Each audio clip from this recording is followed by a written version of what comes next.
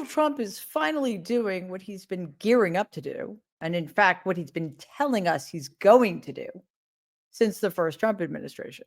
He's openly defying the courts and essentially rendering the rule of law inoperative.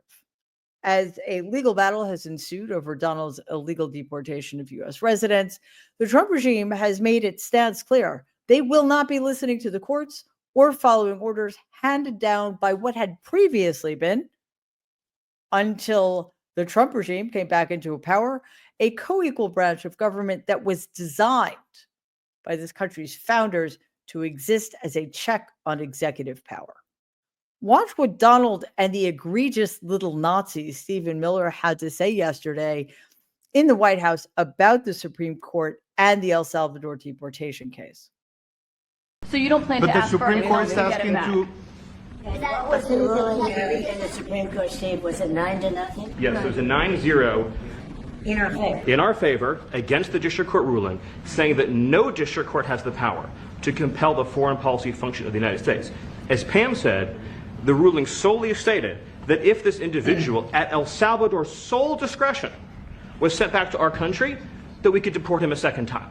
Well, no version of this legally ends up with him ever living here because he is a citizen of El Salvador. That is the president of El Salvador.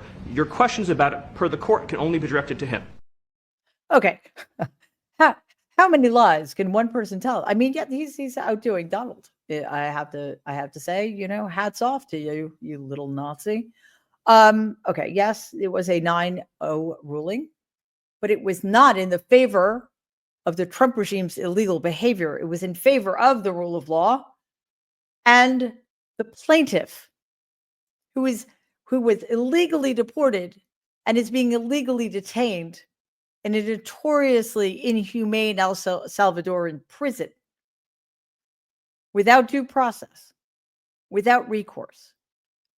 The man was essentially kidnapped, and now he is being illegally held against his will and against the will of the Supreme Court of the United States of America. Not that people like Donald Trump and Stephen Miller care about such things. What's fascinating is that there was not one serious reporter in that room willing to state the obvious. That is not what happened. Again, what the Supreme Court actually said is that the Trump regime needs to facilitate the return of a U.S. resident here illegally who was illegally deported to El Salvador. Deported because, at the White House's own admission, was mistakenly deported because of a quote-unquote administrative error. Despite the court's clear rulings, the Trump regime has decided that they're leaving it up to interpretation and claiming no court has the power to compel foreign policy, as if this has anything to do with foreign policy. And here's the thing. The United States of America is claiming it has absolutely no jurisdiction in El Salvador, despite the fact that we are paying El Salvador millions of dollars to detain these illegally deported people illegally. And the El Salvadoran dictator, self-styled, is saying that he has no authority either. So which is it? Well, we don't know because nobody bothered to ask such basic questions. We knew this day was coming. But somehow, as always, when the moment actually happens and Donald Trump and his sycophants and enablers openly and blatantly defy the Supreme Court just 3 months in, that feels worse. It's chilling. This egregious overstep does not stop there, not even close. This is because it's not just non-citizens the Trump regime plans to force out illegally, again, without due process. It's citizens born in the United States, too. That's something else Donald has been saying openly for months now. Yesterday, Donald claimed that he and his execrable Attorney General Pat Bondi were, quote unquote, studying the law to see if they'd be able to deport, quote unquote, homegrown citizens. And when asked if any of these potential moves that the administration so clearly wants to put into play were legal, Bondi skirted the question entirely. Watch her response on Fox. Now, the president was musing about sending some of the most horrible people in this country down to that mega prison. You know, people that push ladies into subways and hit old ladies with baseball bats to the head. Is that legal to do? Is that something you're allowed to do? Well, Jesse, these are Americans who he is saying who have committed the most heinous crimes in our country. And crime is going to decrease dramatically because he has given us a directive to make America safe again. These people need to be locked up as long as they can, as long as the law allows. We're not going to let them go anywhere. And if we have to build more prisons in our country, we will do it. Wow. She didn't answer the question, did she? Does she know the answer to it? I do. You know what the answer is? No. You cannot do any of these things. No, there is no law that you can find that will give you the room in order to eradicate due process or the habeas rights of American citizens. And you know that.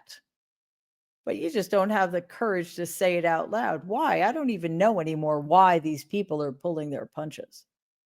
Donald's not. So while Donald and Bondi do everything in their power to continue deporting non-U.S. citizens who are still here legally, they're also, as they just said, getting ready to do the same things to American citizens. Legal experts told NBC News that this idea was obviously illegal. Oh, good. SCOTUS reporter Lawrence Hurley on NBC explains. Do you think the president is actually realistically considering deporting American citizens here? Well, I just spent the last couple of hours talking to legal experts on that very issue, and, you know, it's pretty clear that he can't do this under existing law. You know, the whole immigration laws, when they talk about deporting people, they're not talking about U.S. citizens, right? They're talking about immigrants who don't have legal status in the U.S., and you'd have to completely rewrite all the laws and also raise a whole bunch of constitutional questions for that to ever happen. Oh, who needs to be bothered with changing criminal laws? They're just going to ignore them. That's what they're already doing. Yes, we have just the worst of the worst criminals who need to be deported to El Salvadoran prisons. I mean, I think we're pretty good at incarcerating people here. It's one of the biggest problems this country faces. What an incarceral state we are, how we do not believe in redemption, how we do not believe in giving people a second chance, or, God forbid, we do not believe in helping them become better citizens of the United States of America. No, we just like to lock them up and throw away the key, sometimes for offenses that are so trivial and absurd that it's kind of soul-crushing. And then, of course, we have very real criminals. We have men who have committed the most serious crimes against this country, against individual human beings, like, oh, I don't know, I'm just pulling this out of the air. Rape, for example, or against this country. Again, just speculating, saying hypothetically, treason, sedition, inciting an insurrection, just, stealing highly sensitive government documents, who get away with it. Why? Because the Supreme Court, and I think I'm talking about Donald, the Supreme Court he is now defying, said he could get away with it. Turnabout is fair play, right? Corrupt, illegitimate supermajority of the Supreme Court. So what exactly is going on here? We're already seeing that the reality of this threat to deport those who defy Donald and refuse to follow his marching orders, despite the question of legality. I apologize in advance. Here's Nazi Stephen Miller once again and what he had to say. Will Mahmoud Khalil be deported from the United States? Quick answer on that, please. Yes, he will, as will anyone who preaches hate for America. His organization said they wanted to eradicate Western civilization. Look, under this country, under this administration, under President Trump, people who hate America, who threaten our citizens, who rape, who murder, and who support those who rape and murder are going to be ejected from this country. Oh, rape and murder now are on the table as things for which we need to deport people. Huh. Yeah, I just mentioned that. I mean, so what do you call it when somebody intentionally lets people die? Hundreds of thousands of Americans die from a highly contagious, deadly disease he could have prevented, not prevented, but could have mitigated. Is there a word for that? I mean, I think mass murder might be appropriate. Maybe we don't deport mass murderers.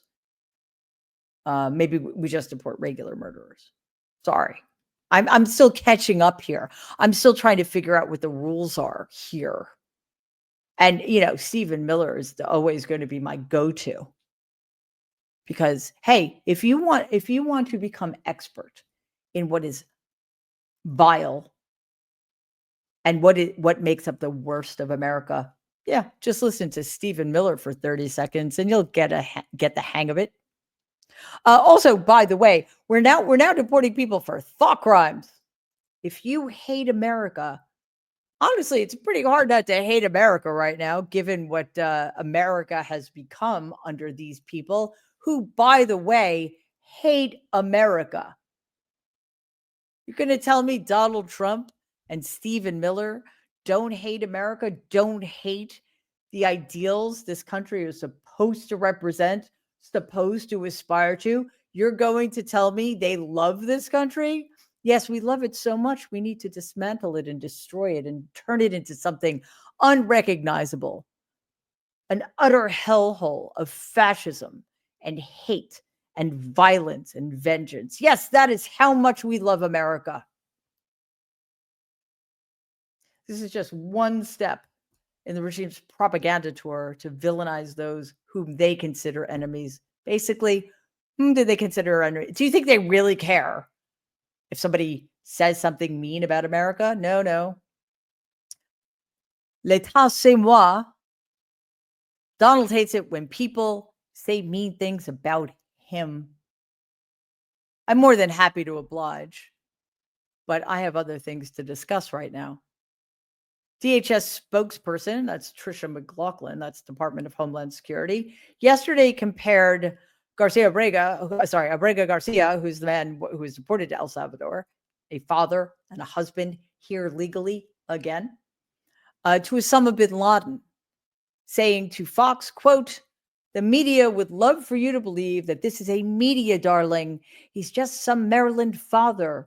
Well, Osama bin Laden was also a father, and yet he wasn't a good guy. And they are actually both terrorists," unquote, she says, without any evidence of such an incredibly defamatory statement. It is unbelievable that these people are allowed to say such vile, untrue things to the media without being checked, without being stopped, without being fired, quite honestly.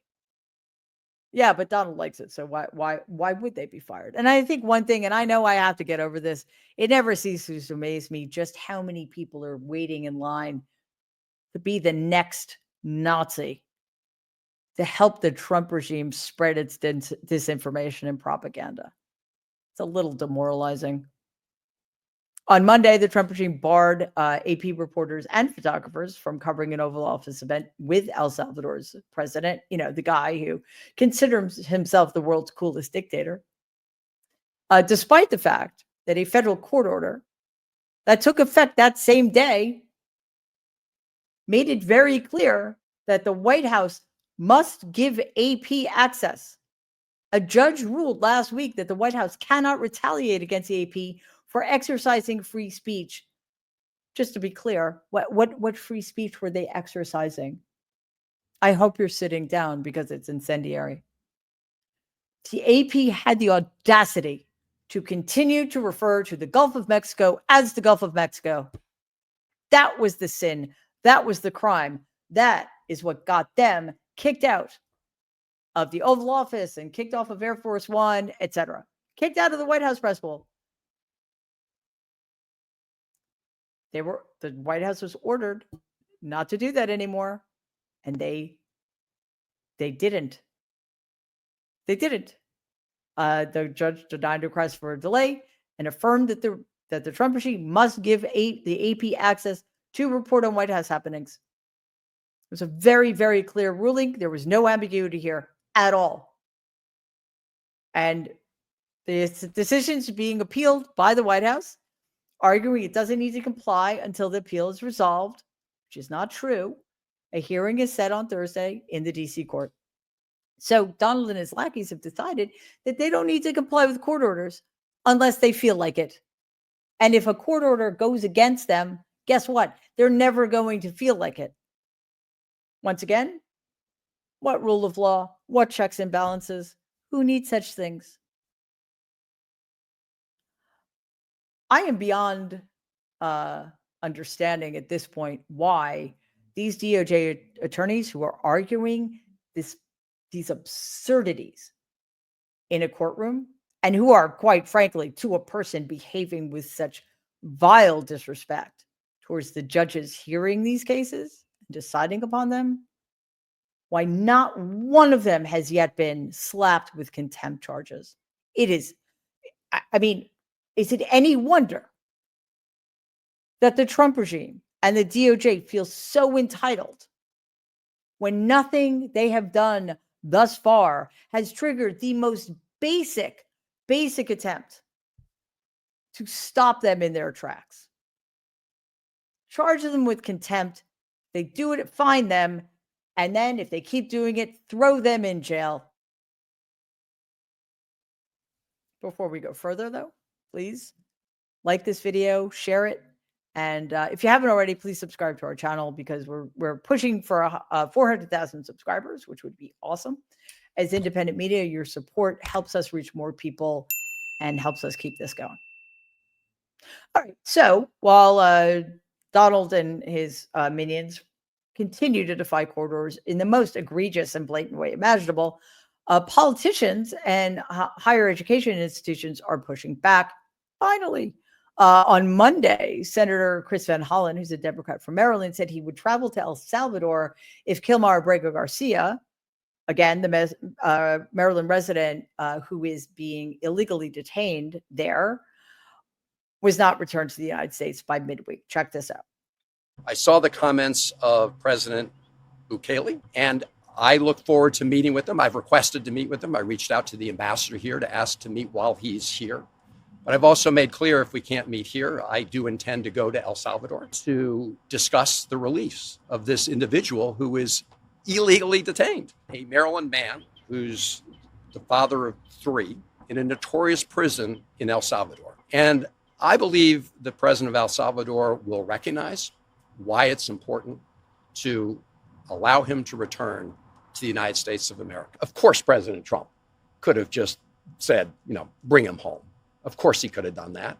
But this is an administration that has lied about Mr. Abrego Garcia, right? The vice president of the United States tweeted out that he had a criminal record. That was a lie. I understand that the attorney general said that we would provide a plane to bring him home. So all the president of El Salvador has to do now is hand over and release an innocent man and let him come home to his family. Wow. Well, I mean, great. But if you seriously think that the guy who refers to himself as the world's coolest dictator is going to listen to your rational reasoning for why this man should be returned, I think you should rethink your approach here. That is absurd. So find other ways. I'm not saying you shouldn't have a conversation with him, but to pretend that he is going to listen to you when he's clearly in league with Donald Trump, might be giving yourself a little too much credit. Van Hollen sent a letter to El Salvador's U.S. ambassador requesting a meeting with Bukele, saying it's, quote, absolutely unjust and illegal, unquote, for Garcia to remain detained. Just quickly, though, Van Hollen pointed out that Vance lied about Abrego Garcia claiming that he had a criminal record, which he does not. In the Oval Office, Bukele of El Salvador claimed that Abrego Garcia is a terrorist. So, not sure why he's going to back down from that. Of course, Van Hollen hopes to appeal to Bukele, saying, quote, I don't think he wants to essentially be the president who's kidnapped a United States citizen, unquote. Yeah, I think he would consider that a feather in his cap, quite honestly. Lawmakers joined in Van Hollen's request with Representative Maxwell Frost, Democrat of Florida, calling Garcia's detention kidnapping, which it is, and pledging to help organize a broader congressional delegation. Similarly, Rep. Yasmin Ansari, a Democrat of Arizona, echoed the support, saying she was, quote, ready to join the trip, unquote, to demand Garcia's release. Great. I think the Democrats need a show of force here. They need a show of solidarity here. Van Hollen told reporters he's committed to going even if Bukele declines to meet, saying he would push for Garcia's release face-to-face with Salvadoran officials. Yes, absolutely. But again, the idea that Bukele would be either be reasonable or care at all what Democrats have to say, especially if it's in contrast to what Donald Trump seems to want, is absurd. But yes, I think that I'm not a huge fan of the photo op or the grandstanding. This is a case in which I think it is utterly necessary for the American people to understand exactly what's going on. And quite honestly, we need to be reassured in a way we have not been that this man is still alive. Today, Senator Lisa Murkowski, Republican of Alaska, and Senator John Ossoff, Democrat of Georgia, condemned the Trump regime's move to terminate legal aid for 26,000 unaccompanied migrant children. The pair wrote to Health and Human Services Robert Kennedy, warning the decision puts children at risk of trafficking and exploitation and undermines due process. I'm not entirely sure why they think Robert Kennedy cares about children, but, it's good to write the letter. They wrote the following, quote, terminating legal representation for these children means that toddlers will now face a courtroom and judge with no adult to advocate on their behalf. Children will be asked to make decisions about their legal rights well beyond their comprehension with life-altering consequences, unquote. Is obscene a strong enough word? Is mad, insane, vile? I mean, do we have enough words to describe this Kafkaesque nightmare we're living in right now? This is shockingly what it took to get a rare bipartisan rebuke of some of Donald's disastrous immigration policies. So I guess that's something. This move comes after Health and Human Services ended its contract with the Acacia Center for Justice, which provided in-court representation in legal clinics for children under 18, yes, including toddlers. After a federal judge issued a temporary restraining order in early April, the administration agreed to extend the contract by 6 months to wind down operations. I mean, are they going to provide the toddlers with legal texts to help them prepare? Maybe. Acacia and its subcontractors sued, arguing the termination violates federal law and leaves children to face court alone. Yeah. The Justice Department, of course, defended the decision, claiming the law does not mandate continued funding or specific contracts. Good luck, toddlers. Some major higher educational institutions are fighting back against Donald, this time with a major rejection of the Trump regime's policy by Harvard University. It is about time. Harvard President Alan Garber said in a defiant letter Monday that the university would not, quote, surrender its independence or its constitutional rights, unquote, rejecting what he described as an overreach into Harvard's internal governance. The regime's demands for Harvard including the following, quote, governance and leadership reforms, discontinuation of DEI, viewpoint diversity and admissions and hiring, reforming programs with egregious records of anti-Semitism or other bias. The Harvard president said the following, quote, it makes clear that the intention is not to work with us to address anti-Semitism in a cooperative and a constructive manner. Although some of the demands outlined by the government are aimed at combating anti-Semitism, the majority represent direct governmental regulation of the, quote, intellectual conditions, unquote, at Harvard, unquote. In response, Donald has frozen $2.2 billion in multi-year grants to Harvard after its refusal to comply with what I must believe are illegal directives. How is it possible that one person can freeze $2.2 billion in grants that have already been allocated? How? And for the sake of argument, even if it were possible, it shouldn't matter. Any university in Harvard's position should do exactly what Harvard did. Columbia failed at the first hurdle. Why? Well, first of all, universities like Harvard and Columbia have massive endowments. They have so much money. Will it be a hardship for them to lose $2.2 billion? Absolutely. Will it have massive deleterious effects on research? And will it cause horrific and perhaps irreparable brain drain? Yeah. But what is the alternative? To give up all intellectual freedom? To hand over our institutions of higher learning to the fascists and let them make the rules for us and our students? That way lies madness. That way lies more fascism. We need our universities, just like we need our very wealthy white shoe law firms, to stand up and stand together so that the Trump regime has one less avenue to make inroads into the destruction of American democracy. It's that simple.